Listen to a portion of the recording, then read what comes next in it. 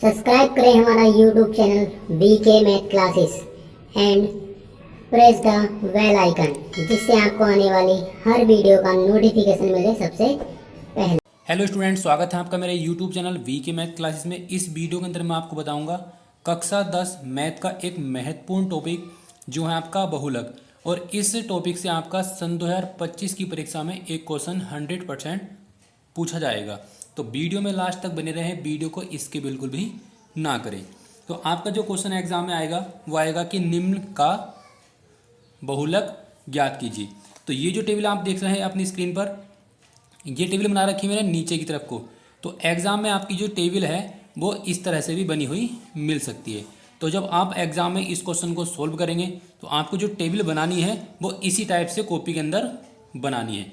तो यहाँ पर आपको दे रखा है वर्ग अंतराल दे रखा है आपको 10 से 25, 25 से 40 और 40 से 45। और यहाँ पर आपकी वारंवार दे रखी है 2, 3, 7, 9, 5 और 4। अब आपको इसमें एक बात का विशेषकर ध्यान रखना है कि आपका जो अंतराल दे रखा है वो क्या आपका 10 से 25। तो जिस पर ये अंतराल खत्म होता है उसी संख्या से ये शुरू होता है अगली लाइन में। देखो यहाँ पर क्या आपका 25 लिखा हुआ है, तो यहाँ भी आपका 25 ही होना चाहिए।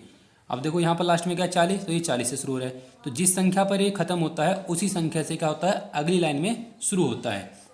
तो अब हम बात करेंगे हम बहुलक एग्जाम में किस प्रकार से निकाल सकते हैं। और ये आपका जो क्वेश्चन है एग्जाम में 100% 1 मार्च को पूछा जाएगा। और ये क्वेश्चन आपका 4 से 5 नंबर का क्वेश्चन एग्जाम में आता है। तो इसको हम किस प्रकार से सोल्व करेंगे। तो सबसे पहले हमें देखना है यहाँ पर जो बारंबारता वाला पद है, इस पद के अंदर सबसे बड़ी संख्या कौन सी है।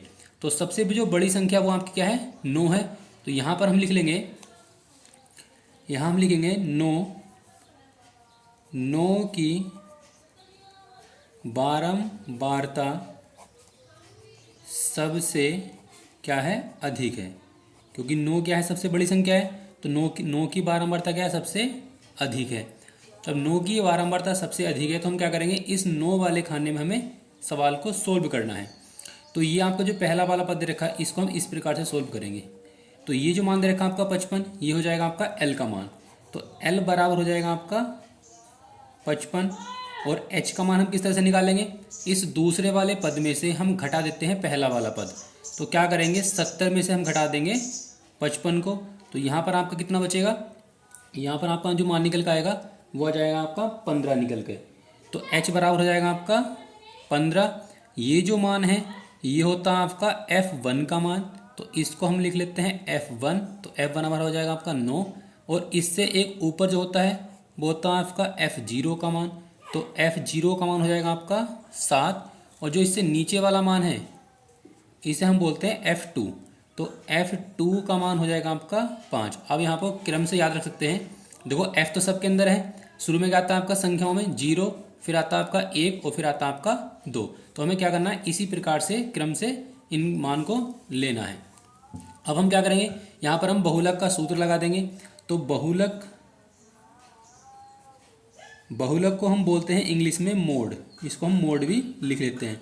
तो सूत्र है इसका MO बराबर L प्लस यहाँ लिखा होता है F1 माइनस F0 बटे में होता है 2F1 F0 और F2 और यहाँ पर गुणा में होता है आपका H। ये इसका फॉर्मूला है। अब हम क्या करेंगे इस फॉर्मूले में मान रख देंगे।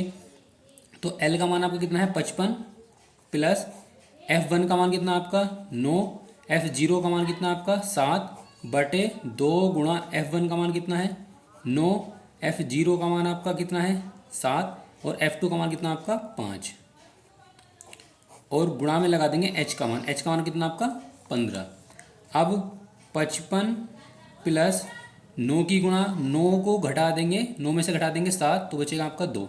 और ये जो आपका 15 लिखा हुआ है इसको हम 2 के पास में यहाँ गुणा पे इस प्रकार से लिख लेंगे।